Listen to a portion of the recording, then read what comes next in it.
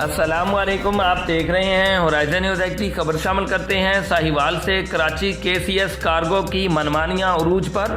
तफसीलात के मुताबिक कराची केसीएस कार्गो सोहराब गोड से साहिवाल के लिए 13 अदद बोरे बुक करवाने की 14,500 रुपये बिल दी। दूसरी तरफ 13 की जगह 12 की वसूली। 9 बोरे एक दफ़ा जमा करवाए जिसका कुल वज़न 197 किलो, जबकि 4 बोरे बाद में जिनका वज़न 53 किलो था। बिल 3 गुना लेकर भी सामान पूरा न पहुंचा, एक बोरा गायब कर दिया गया। केसीएस के अमले की हट धर्मी, मानने से इनकार, आला अफसरान से कार्रवाई का मुतालबा। चोरी शुदा माल बरामद करवाया जाए और इनके खिलाफ ओवर चार्जिंग करने पर हस्ब ज़ाब्ता कार्रवाई अमल में लाई जाए। रिपोर्ट महबूब चौधरी, सरपरस्त आला, होराइजन न्यूज़ HD।